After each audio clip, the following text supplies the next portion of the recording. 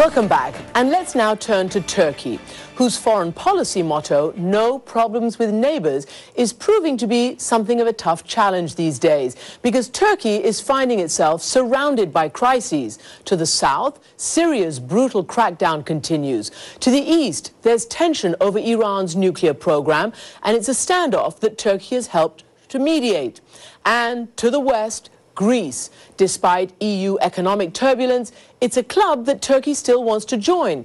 I had the opportunity to talk to the Turkish President Abdullah Gül about all of this while he was in the United States for the NATO summit in Chicago. President Abdullah Gül, thank you for joining us from a very windy Chicago. Well, thank you very much indeed. So let me ask you about Syria. Your country is trying to help the Syrian opposition. Do you have any hope that President Assad will step down as the reform plan calls? We just wish to see people over there happy and prosperous. So we think that 6-point Annan plan is a last chance for the orderly transformation of Syria. So therefore, we wish that this plan should be fully implemented. If it is not, then unfortunately the problems will get even worse over there. So it's not actually being implemented right now. Many more people are being killed. You're right. So my question is, how much longer, how many more deaths, how much longer do you think it'll take for Turkey to intervene or to persuade the rest of the world to intervene? But it is the international issue. That's why it has been taken in the UN Security Council. And we have to be all together, and definitely we should support the legitimate right of the people, and all of us, we have to stand behind the people's demand.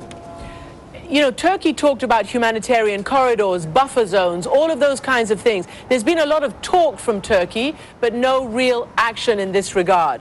Are you waiting for something? Do you have to see the United States take the lead? What is it that you need before you can act?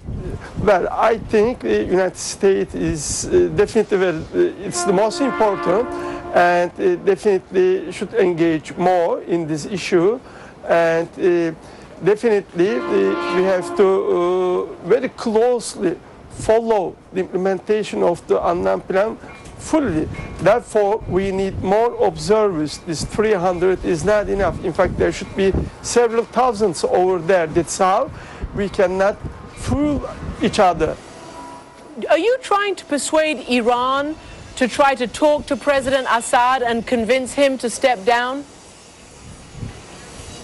Well, we are telling them that they should not keep their eyes blind what's happening in Syria, because every day many people are being killed, and so far, even since the ceasefire is declared, more than 1,500 people lost their lives. So Iran should not carry the burden of this. So we are telling them that you should not support them. But are you trying to tell them to persuade Assad to step down or not? Well, I think there is no any way that the President Assad can lead the country anymore.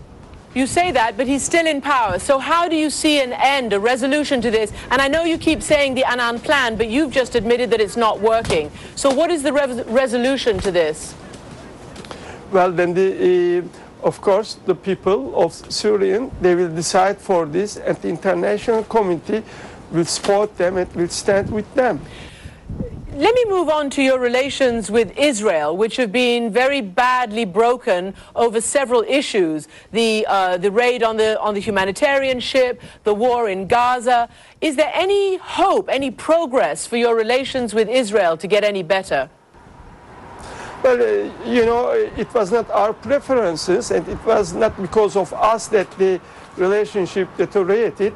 So it's up to Israel. If the Israeli governments they want to correct and they pay some attention on the relationship with Turkey, they have to take some steps, which is known very well by them. What do you want them to do? What will it take? Well, as you said, they attacked the international humanitarian aid convoy, and they killed 9 people on the high seas.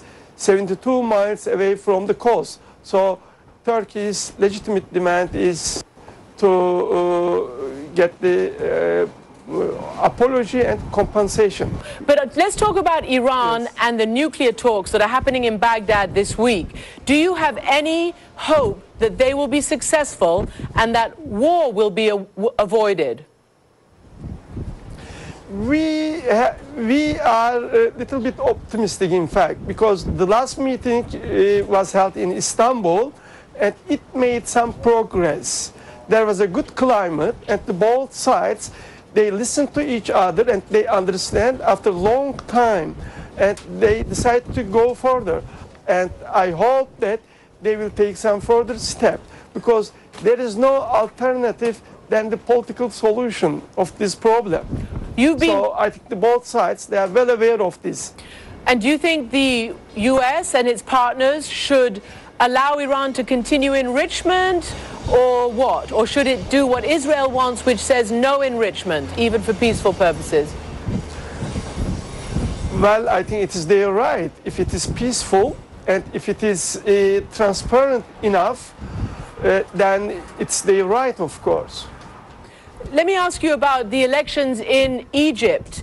Many of your leadership have gone to Egypt, and many people look at Egypt, look at the military that's in charge there, like it used to be in Turkey. What should the Democrats in Egypt, those who want democracy, say and do to the military to make sure it's not a continued military power? Well, the military is well aware that they cannot continue forever.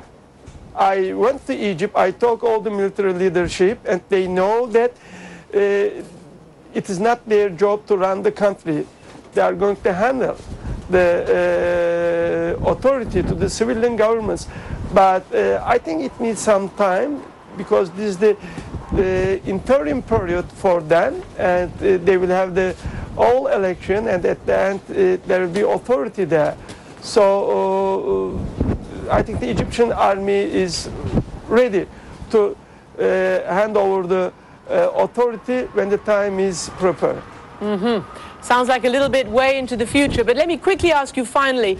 Turkey has revived its bid to come back into the European Union, or to come into the European Union. Do you really want to join the European Union when you see the troubles that it has right now? Well, yes, we are the part of the European Customs Union for 16 years, and we are negotiating country with the EU, and we want to push our bid, and we expect more reasonable understanding from our friends in Europe. And I think we can contribute them. Since you mentioned the economy, unfortunately, the economic outlook is many countries in Europe is not good. We are performing very well. Our cooperation will be helpful. So do you expect that now that President Sarkozy is gone and President Hollande is there, that you will have a fairer, warmer hearing?